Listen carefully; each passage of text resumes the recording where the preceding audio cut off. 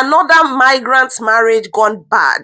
And this time, it's another Nigerian marriage that's gone south.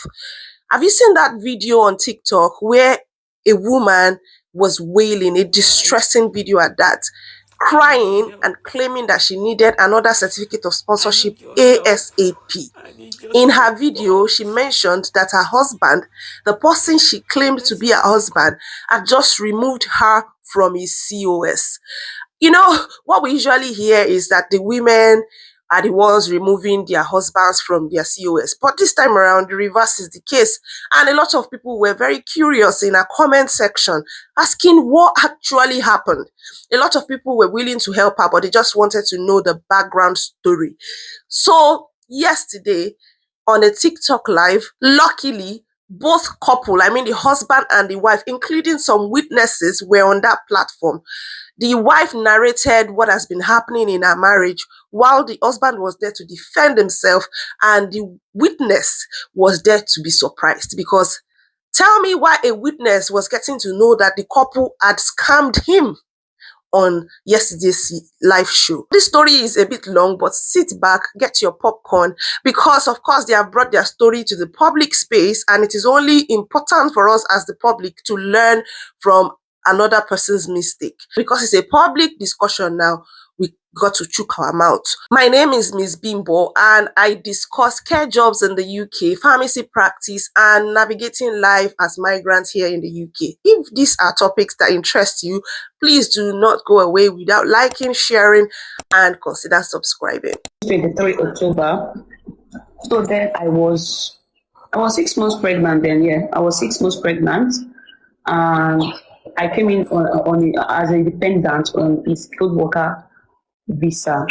So when we entered the country, it happened that the sponsor doesn't have enough like job, so he's doing but he can work part-time. But I was the only one that were able to do any type of work. But then the only available work for me to do there was warehouse job.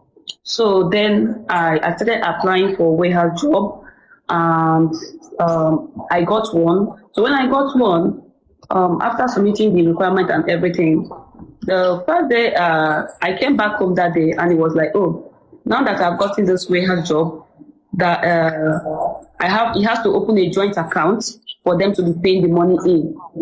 So when he said it, I never doubted. I did not even say anything. I said, oh, as far as you have the access to it and I have the access to it, no problem. So I started the work. They paid me the first time. He collected the money. By then, he said he has a difficult something, financial difficult that is passing through. So I did not say anything. Second time again, he collected the money. So by that second time, he collected the money. That first one, he collected the money. Just the money he gave to me, money to transport to that work I'm going. He don't give me any money. So the second one, and for people that will be like, is money that causes us problem? No, it's not money, because back then in Nigeria, this man had started beating me. There's a bit that this man beat me. I had a miscarriage. What his parents said then is that it is normal for a husband to beat his wife. So, but then I called my mom. I wanted to leave them, but my mom was like, it's going to change. I keep on hoping that it will change before we even come here. So the second one, he took the money. When he took the money, I called his mom. But before I even called his mom, I already talked to him. And he was like, why will I tell him money, what to do? He's the one that brought me to the UK. He's the one that brought me to the UK. I never bring any money, or I never contribute any money to bring myself here. I don't say anything. I have to call his parents. I called the person that connected me and him. And also, I also tell my mom then. So what they say is maybe because he entered the country and you know how things is, and that's why he's behaving that way. I said, okay, I did not say anything. So the third one, they paid me. Now then my sister called me that she was looking for money. I was like, oh, don't worry, that they will pay me on Friday. Then on Saturday, I will send you the money. So before they go even pay me that Saturday, this man has already collected the money again. That Saturday, before I even wake up, he has already withdrawn the money. So that day, we now started having arguments. So when we started having arguments, and I told him to that you need to bring the money out. He was shouting, was screaming. That day, I cooked food, the pieces, everything. Hold on. It's your husband, Chibo came to visit. Yeah. Oh, that's him. All right. It was like, my mind was like, what did this one they try to do? Until he said he's going to kill me, and today will be my last day on earth. When he talked that much, I was like, yeah, he's going to find me, and today will be my last day on earth. I said, which one? He said, I was like, which one is going to find me, and today will be my last day on earth? He then I went outside. He made call. He come back home. He come back inside. He said, he's going to find me today. He can't go bring that knife. He bring that knife. He can't go. Maybe go lock that door. Maybe say I open for downstairs, because I open that door in case if anything happen, I'll be able to shout. I'll be able to bring that stick. He bring that stick. Yeah, he bring that stick. He bring that stick. He can't hold the stick. Maybe go they lock that door. So the process say I can't say he can't go they lock the door. I know where to escape from the house again. I have to jump out through the window, because I have to from window jump out through the window.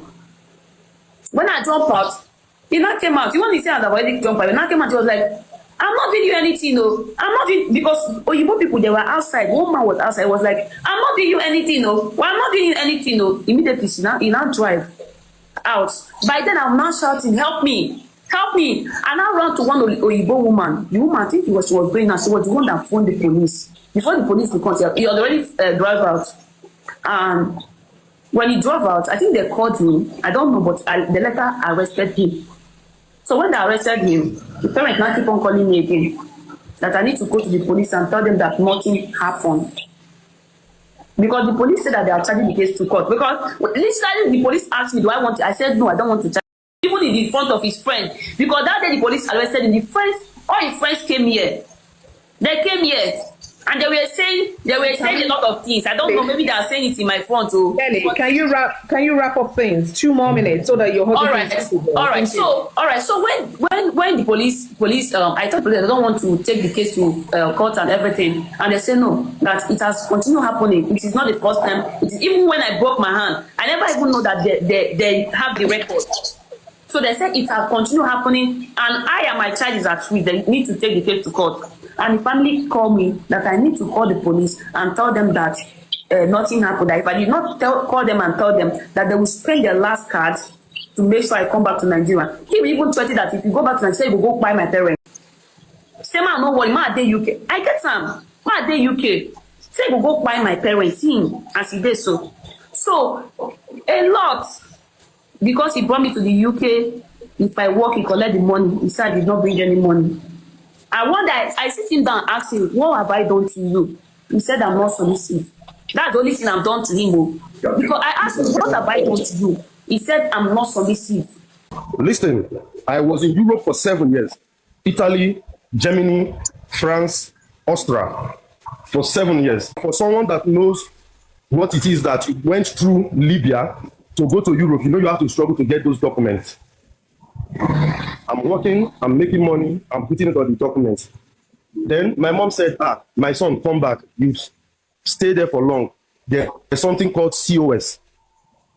There is something called COS. Come back so that you can go to the UK. And I asked my mom, this COS we are talking of, what does it entail? How much does it cost? She said the person doing it is going to take £7,500. What I'm telling you was January 2023. I said, £7,500. With the calculation then, quote me anywhere, it was coming up to around 12 million naira. As at then, 12 million, 13 million naira. I came back to Nigeria. Then my mom was like, oh, no, this boy, if you want to travel, you must get married before you travel. I started saying, for those, you know, sometimes you can be abroad, some certain things will happen, you have problem, and you will go inside maybe 6 months. Ogbaje, 1 second, please. I just want to protect you a little bit because of sensitive information. There's some information. No. I don't have anything to lose. Wait, please don't cut me off, please. Please, don't cut me off. The whole narrative. I said use pigeon in some tense. You're right. No, please. Please, don't cut me off, please. Cut him off. God, thank you. Leave him alone. So, you might have some issues, you go in, you come out. You understand? And in those periods, my mom might not reach me, my dad, nobody might reach me. So for that reason, my mom said, you must get married before you travel. I came back to Nigeria February 15, 2023. I came back to Nigeria February 15, 2023. And my mom was saying, you must get married before you go to this UK. I told her, your generation is not this current generation. You have to date someone, you have to know someone before you even marry the person. Because most of the girls where you see now will be good girls for us. They be runs girls for another state. I told my mom this, and my mom is this kind of a person that he must be Igbo, he must be Igbo, that kind of a person. Man, stop calling me. Guys, wait. 5 minutes, let me finish this. 5 minutes, let me finish this. Let me leave. Let's leave. You understand? So, my mom was the kind of a person that, oh, you have to marry Igbo and this and that. I can't disrespect my mom. Then we started the hunt for a wife. I never knew her from anywhere. It was one of their neighbors in the village that said, oh, this girl I've known her, she's a good girl, she's a quiet girl. And the neighbor, one bag, gave me the number. And I called her then, she said she was in Oko. Then I was in Anambra, I was in my father's compound. She came outside. She came outside and I saw her. She was very quiet. She couldn't even talk. She was very calm and everything. And the moment my mom saw her, okay, then I told her, I don't know you before. Someone gave me recommendation to marry you. Are you willing to get married? She said she would think about it. I called her the next day. She agreed. She said, she will marry. Then I took her, I showed her to my mom. And we did the whole process of marriage. I met her May 14. I met Blessing May 14, 2023. I got married to her 2 weeks later, traditionally. I did the court marriage June 31st. I did the court marriage July 1st, 2023. Then during the process of that marriage, I don't want to say some sensitive things, but I'm going to say everything because the internet never forgets. During the process of that marriage, we went to her place, we saw everything. Blessing up now, Blessing will not tell me that as at then, the family does not have up to 100,000 in the account. As at when I met Blessing, the family does not have up to 100,000 naira in their account. The full family, extended family combined together. Quote me anyway, I said it this night. Then we went to the family. Then you know that you guys don't have that. We were doing the traditional preparation. Blessing came out and said, if I don't buy this exact gown, that she's no longer getting married. That was the first red flag for me. And I called my mom, I called my dad, and I told my mom and my dad that, see, I've been abroad for so long, I know how these people think. If you don't have up to 100,000 as a family unit in your account, how will you not be telling me the type of gown that I will buy for you for our traditional marriage? My mom said, no, go ahead with the marriage, We did the marriage and everything. Then I took her from the village. And we came to town. When we came to town, another thing happened again. And I'm going to tell you what happened. My dad owns a compound. My senior brother lives there. Then we had about 1 month and 2 weeks to travel. So we just had to put up with my brother before we travel. Then she woke up one day. We had little arguments. And the first thing she told me was that I lived abroad for 8 years. I came back with nothing, wasted years. That it was my father that brought the money that they used to marry her. I said, where is this word coming from? Do you know how I operate? Do you know what I do? I don't know you from anywhere. Before I will show you the real me, I need to study you. Then I called my dad. And I told my dad that, see, Biko, leave this girl. Let this girl stay here. I've seen about 2 or 3 stuff. Let her stay here before let me travel first. Then she can come over after like 1 year. I'm not an abroad person. I'm a businessman. I prefer Nigeria. My mom kept on pressing that no, she's pregnant. That she wants her to go with me over there. We got to UK through tears, sweat, and blood. Before God and man, everything was really, really rough. Everything, it was really, really rough. I'm not going to come because we're having issues now. I will not take it away from her. She's a hardworking lady. I won't take it away from her. Yeah, she's a hardworking lady. I will not take it away from her. But any lady that stores things, like someone offends you and you keep storing them in your mind, it's only a matter of time it explodes. So when we got to UK, we were in a one-room apartment. She was not working. The people that gave me serious that made me come over there, they had no job. We were sustaining from the money that was coming from Nigeria. We were sustaining from the money that was coming from Nigeria. All those money, and I'm going to send screenshots. Anybody here, give me a WhatsApp. I'm going to send screenshots of all the money that was coming from Nigeria. Is it coming from the gutter? Those money were borrowed, and it has to be paid back. All those money, down to the last kobo, they were borrowed.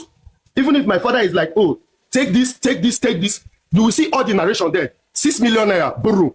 8 million naira, borrow. 700,000, borrow. And it has to be paid back. We got stabilized. We got stabilized in that one-room apartment. Then we had an issue. What caused the issue? For someone that has traveled, I called her, I told her, babe, sit down. I called her, I told her, babe, sit down. I'm not the kind of person that wants to stay here. Oh, I'm very sorry, I'm not shouting, I have loud voice. That is how I talk, I have a loud voice. So I told her, babe, I'm not the shout man and not vest. I beg, I get normal loud voice. Ignore the comment section, please. Ignore the comment section. That's what my voice be. You understand? So I now told her, babe, I'm not the kind of a man that wants to come here and stay for 10 years, 15 years. I told her, I'm a businessman. My destiny is not there abroad, but I will come abroad to come back and still do my things. I said, but for me to leave this place, I must make sure that you people have your IROL. Then you guys can stay, you have your benefits and everything, and I will come back home and follow them. Zoni Mafia, I'm an Igbo man. I'm not a salary earner. Then I will come back home and take what belongs to me in Nigeria. I told her everything. Then I told her that I've sat down, I've looked at this whole UK. For you to be able to get what you want in UK, I told her, babe, number one thing that we need is driving license. Then I told her I'm going to buy a car. Even if I don't have a license, I know how to drive very well. And what caused our first problem was the car. What caused the first issue I had with her was the car. Then she started doing one warehouse job. The moment Blessing started doing warehouse job, the moment she started that warehouse job, if she wakes up in the morning, she does not greet me. If she wakes up in the morning, she does not greet me. Before I would say anything, mumu man, stupid man. That's what she uses to greet me every morning. And I called her, I told her, come. Is it because of you started one job that is paying you 500? Is it because you started one job that is paying you 450, 500 pounds a week, every 2 weeks or a week? Have you forgotten where we are coming from? I said, babe, what is the problem with you? Before you talk anything, she will tell you insult upon insult. I did not say anything to her. Then I called my dad. I told my dad that because those that brought me, they don't have job. The people that brought me had no job. I called my dad. My dad and I told me, my son, what will it take you to get a job? And I told him I need a car. My father now asked, how much is the car? Then I told him we'll get a car with insurance and everything for about 1,400. My dad now sent my dad sent about 800 pounds. My dad sent 800 pounds, 1.356 million. And the narration was borrow. So I have a joint account with her. She knows all my password. I knows all her password. She goes to my bank willingly and do whatever she wants to do. But before they paid her, I told her, babe, I've made my calculations. If these people pay you this your little thing, I will add it to whatever my dad will bring. Let's get a car.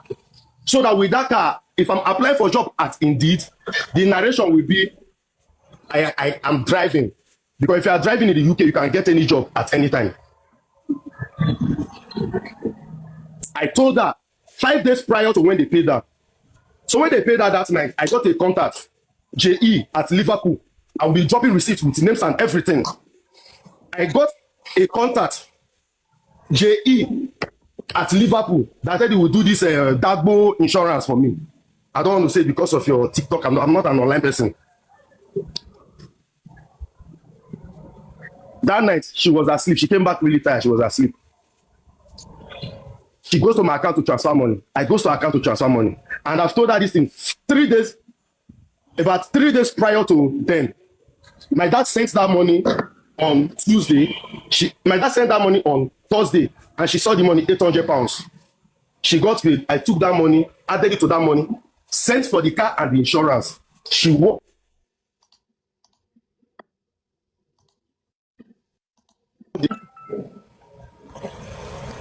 She woke up the next day morning. She flared up. She flared up. Started insulting me. Started insulting my mother. Started insulting my family. Then she told me that she just said one word. I even missed something. The first day she landed at Gatwick Airport, the first word she said, "Thank God I'm here. Nothing will make me go back to Nigeria in the next 10 years." The day she just landed at Gatwick Airport, the first thing she said she put her head on the back. She said, "Thank God I am here. Thank God I am finally here. Nothing will make me go back to Nigeria in the next 10 years. Then I told her, "What do you mean by that?" But I don't want to digress too much. Let me give you my history with her as it is. Then she woke up that morning. She started insulting me. She started insulting my family. And she said that why will I add her money to the car? Then I told her, "Babe, we've talked about this." She said, "And so, that did she come here to work, to bring her money for us to do things?" Then I told her, "Babe, we are coming a long way. With this car, we can achieve greater things here." She started screaming, "You cannot insult my mother and I will let you go." And when she was insulting my mom, I wanted to leave the room. I wanted to leave the room. He held my shirt. She dragged me back. Then she was pregnant. In the process of trying to wave her hand away from my shirt that she was holding, in the process of trying to wave her hand from my shirt that she was holding, the phone I was holding hit her in the face. Ask her. I was the one that called the police. Because before then, I've been hearing threat of, I will call police. Well, the moment that it happened, she started shouting and shouting. I called the police personally. I told them, there's an incident in my house. I mistakenly hit my wife. I was the one that called the police when I mistakenly hit her with that phone while I was trying to swing away her hand. Then, that issue came up. We settled that issue. I begged and, "Okay, please, I'm sorry. It will not." Ever since that day, I became a slave in my own house. Ever since that day, I became a slave in my own house. To the point, I'm going to bring up Philip. I'm going to bring up Godfrey. I'm going to bring up about 6 or 7 people to this life that knows my history with her. No, we are not bringing anybody up yet. Yeah, thank you. If for any other life, anybody that because of this as well, I might go to anywhere. So that with receipts and everything, we left that house. They asked me that they said to me that I should not go back to that house. And I was staying at Philip's house. That episode passed. We saw, then she was pregnant. We were looking for a house. She was getting due to give to birth. So she worked at that place for about 4 weeks, maybe 5 weeks. She stopped the work due to childbirth. Now we were faced with a bigger issue. The hospital said that she cannot give birth in a shared apartment. Then we were faced with we have to look for another apartment. I had no money. I had no job. I had to call home. She's here. I had to call home. I called Nigeria. From Nigeria, they brought money. That we used to rent the house in Bolton. And for us to rent that house, we paid for 3 months. £2,700. She paid for 7 months. I called them, then we have to pay for 3 months. Because then we are still having that whole issue of the COS, there's no work. It was when we were in Bolton that I had to borrow another money and I bought a car. The moment I bought a car, the company under our house, I create healthcare. Then I met them the moment we parked there. I told them, I'm a healthcare professional. I'm a friendly person. Go all around Manchester. Tell them one name, Egugu. Nobody will tell you that Egugu has ever done him bad. Anybody in this life, go to Manchester and mention that name, Egugu. Nobody will tell you that Egugu has ever done him or her bad. I met them, they said, the only time that we can give you work is if you drive. I had to call again. I brought 900 pounds. I bought my first car, a Ford car. I never told that I wanted to buy the car. I just bought the car. And the moment I bought that car, those people gave me work. I was doing 20 hours. I was doing 20 hours weekly.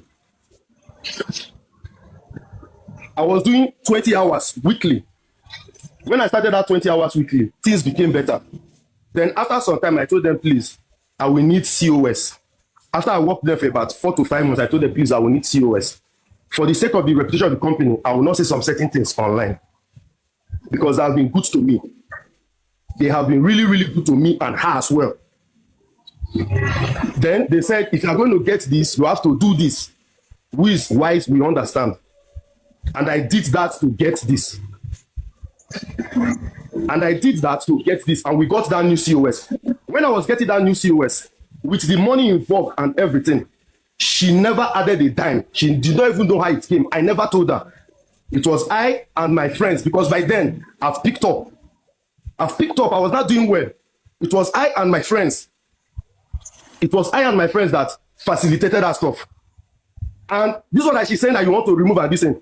Anybody here that has a WhatsApp number, I will call my number, write me. I will send you the application I did for that COS. Her name is there. Her passport number is there. Everything is there with my shite phone as well. We got that COS. Then I said, come, babe. We are in boating. I said, babe, come. I said, babe, come, I beg. We are in boating. This boating is a village. Let's go to Manchester. I'm a jovial person. They invited the witness to come and say what he knew. I mean, they married in 2023, just less than 3 years. And in less than 1 year, because they stayed in Nigeria together as a couple for less than a year, and he had already started hitting her. So what did she expect? When they moved to the UK, the abuse continued, and they had to invite this witness. When the witness came up, he said there was even a time that the wife called him to ask for assistance, that her mom was sick in the village and she needed 500,000 naira to send to her mom. This witness sent 500,000, I mean the equivalent of 500,000 to this woman, and he contacted her husband to say, oh, your wife called me to ask for assistance and I've sent this amount of money to your wife. And on that live show was when the wife debunked this particular claim, that she did not need that money for her mom. That it was the husband. It was a premeditated, a planned arrangement to scam, defraud his friend. She said that the husband asked her to call his friend and to lie to his friend asking for money. I mean, imagine that you are the friend. Imagine the betrayal. Getting to know yesterday that the couple had just scammed you. No flame without a fire, and it takes two people to break a marriage. I really do not like to judge when it comes to marriage matters. I don't like to apportion blames, but what do you think as an individual? What would you even advise for men in diaspora or women in diaspora? Would you advise them to go home to pick their wives, or to marry people that are already in diaspora, who understand the system, whose mindset have shifted? What would you advise? Because obviously they didn't date. For me, I think the man is more of a mommy's boy. He has a mind of his own because he's very strategic. I would say that he has always known that he didn't want to stay in the UK for long, and he made plans, he strategized to get all the money he could get just to move away. That could be one. It could be that he had so much debt that at this point he just needed to leave because of his peace of mind and his mental health. If you have enjoyed and you have learned, please remember to share, comment, and like. I'll see you in my next video.